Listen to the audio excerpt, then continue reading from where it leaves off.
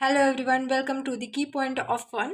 आज आपण इयत्ता 7वी मधील भाग 3 9वा चॅप्टर समप्रमाण आणि व्यस्त प्रमाण पाहणार आहोत.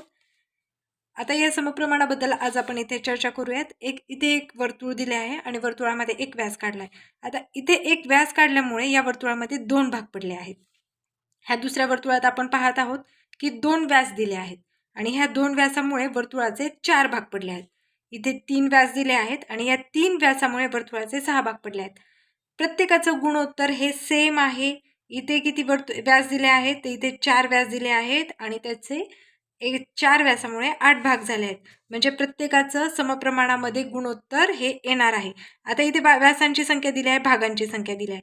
1/2 is equal to 2/4 equal to 3/6 equal to 4/8. आता इथे व्यासांची संख्या आणि त्या व्यासामुळे झालेले भागांची संख्या, त्यांचं येणारं गुणोत्तर हे काय आहे, स्थिर आहे, कायम आहे. आता इथे जर पाहिलं आपण तर मुले 15 आहेत, वह्यांची संख्या 90 आहे.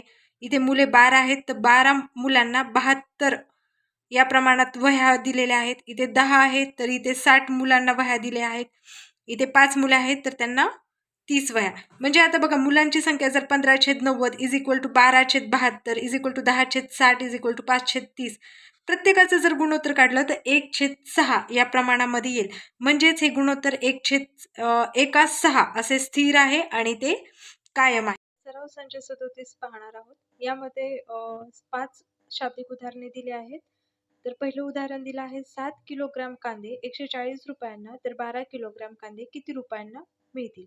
आता या ठिकाणी आपण काय करूयात, किलोग्राम लिहून घेऊयात.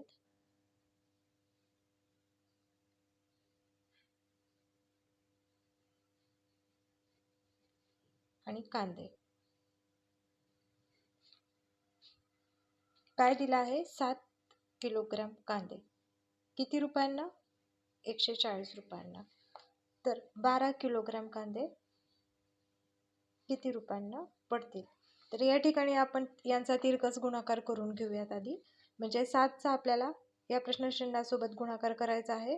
म्हणजेच आपण या प्रश्नचिन्हाच्या जागी आपण 7x घेऊयात, म्हणजे आपल्याला x ची किंमत मिळून जाईल. आणि इथे 140 गुणिले या 12 kg सोबत आपण यांचा गुणाकार करून घेऊयात. त्यानंतर आपण हा x ची किंमत आपल्याला काढायची, म्हणून आपण x इज इक्वल टू करून घेऊयात. 140 गुणिले 12, हे जे 7 आहेत आपले, हे इकडे येतील तेव्हा ते भागाकारात जातील. मग आपण यांचा भागाकार करून घेऊयात. यांचा गुणाकार जर केला तर जास्त मोठा गुणाकार येईल आणि शेवटी आपल्याला 7 त्यांना भागावंच लागेल. त्यापेक्षा आपण इथे शॉर्ट फॉर्ममध्ये भागून घेऊयात. 7 × 7, 7 × 2 = 14, हा 0 जशास तसा. म्हणजेच आपण आता ह्या 20 आणि 12चा गुणाकार करून घेऊ. 12 0 0, 12 2 24, म्हणजेच 240 kg. म्हणजेच त्यांनी काय सांगितलंय, 7 kg जर कांदे, म्हणून 7 kg म्हणजे 7 kg, हे 7 kgचे कांदे जे आहेत आपल्याला 7 kg ते 140 रुपयांना पडत असेल, तर 12 किलो कांदे आपल्याला 240 रुपयांना पडतील. समप्रमाण जे असतं ना, ते त्यांच्या पटीमध्ये वाढतं किंवा त्यांच्या पटीमध्येच कमी होतं. म्हणजे समप्रमाण. तसं व्यस्त प्रमाणामध्ये आपल्याला हे दिसणार नाही. आता दुसरं गणित आपण पाहून घेऊयात. 600 रुपयांमध्ये 15 पेंड्या कडबा मिळतो, तर 1280 रुपयांमध्ये किती पेंड्या कडबा मिळेल. तर या ठिकाणी आधी आपण पेंड्या कडबा आणि काय म्हणतायत ते 600 रुपये, म्हणजेच इथे आपण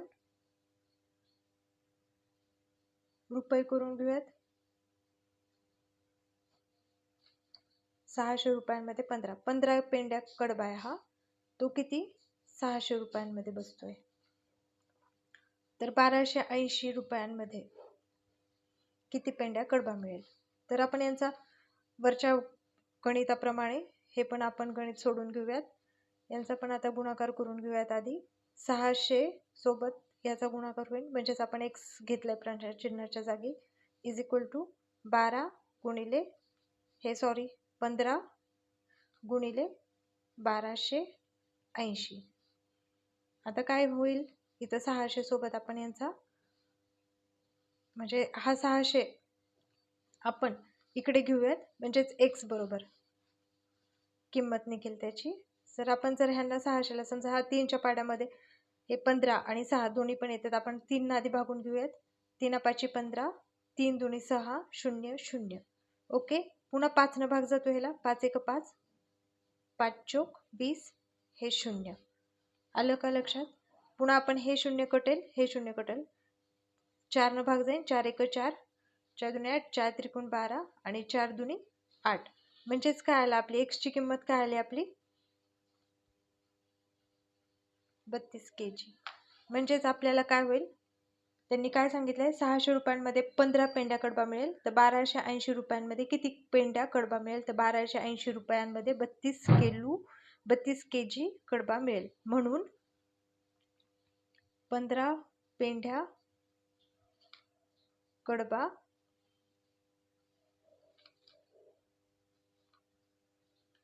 600 रुपयांमध्ये,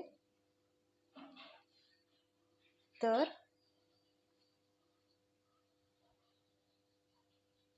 32 पेंड्या कडबा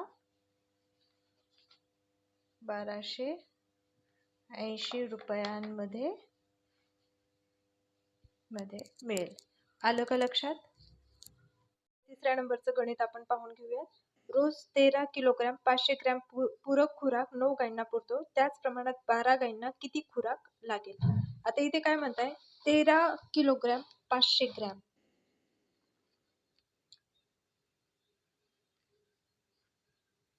13 पॉईंट समजा 500 ग्रॅम म्हणजे 13 kg, 13 किलो 500 ग्रॅम किती गायींसाठी आहे तो? 9 गायींना पुरतो. मग आपण काय करू, तिथं खुराक, हा गायींचा खुराक आहे, तो किती 9 गायींना, तर 12 गायींना किती खुराक लागेल? तर आता हे गणित पाहताना आपण काय करायचं, आता यांचा तिरकस गुणाकार करून घेऊयात वरील प्रमाणे. 9चा गुणाकार प्रश्नचिन्हासोबत म्हणजेच 9x बरोबर 13.500 म्हणजे काय आहे, 13 किलो 500 ग्रॅम गुणिले 12. आता हे x घेऊयात आपण, x ची किंमत काढायची, म्हणून 13.500 गुणिले 12 भागिले 9. आता ह्यांचा आपण भागाकार करून घेऊयात. 3 त्रिक 3 चौक 12, 3 त्रिक 9. आता हे किती आहेत, हे पॉइंट आहे ना, पॉइंट नंतर किती आहेत अंक, 1 2 3.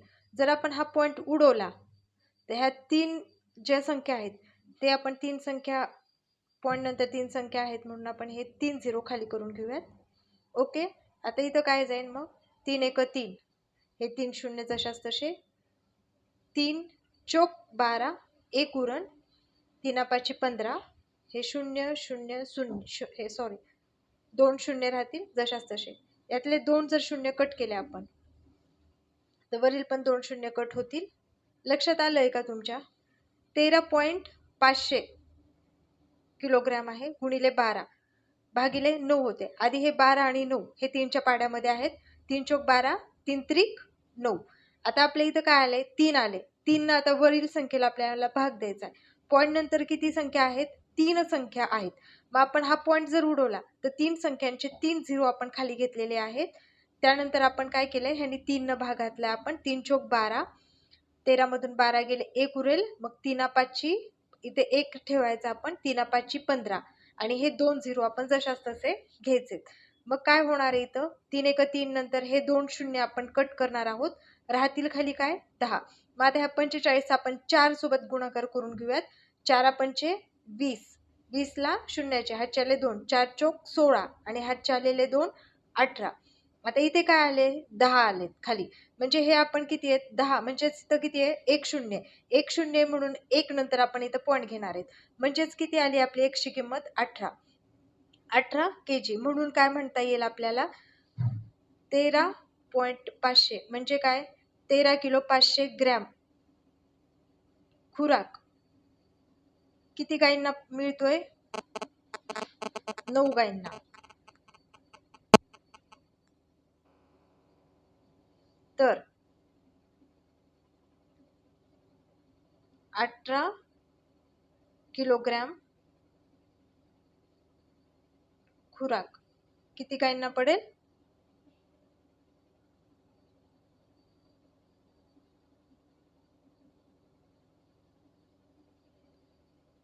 12 गायींना.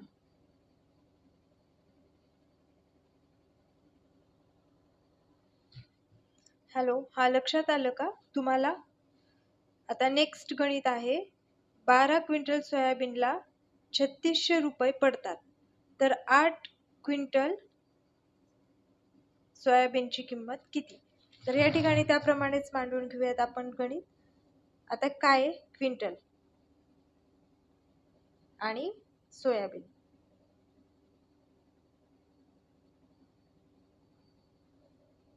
काय म्हणता येते? 12 क्विंटल सोयाबीन. 12 क्विंटल सोयाबीन किती? 3600 रुपयांना पडतं. तर 8 क्विंटल सोयाबीनची किंमत काय?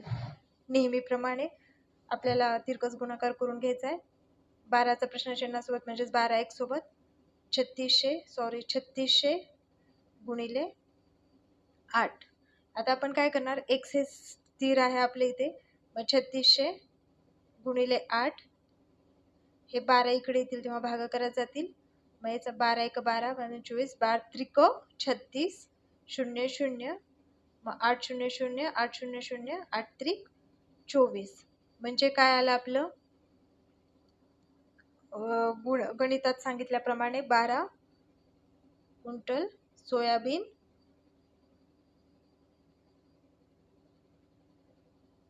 3600 रुपयात, तर 8 क्विंटल सोयाबीन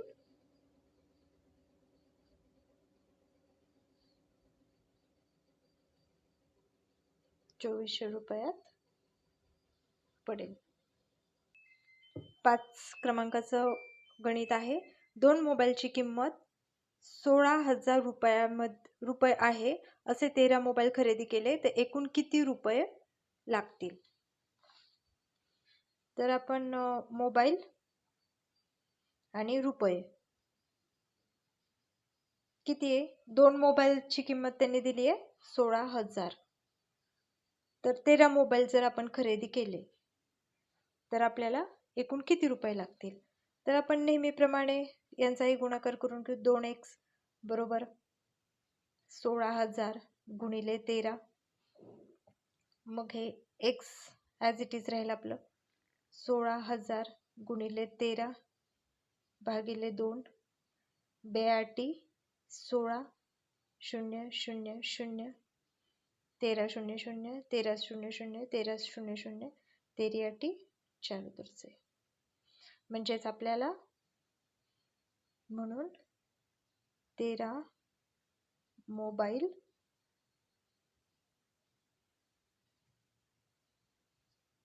आपल्याला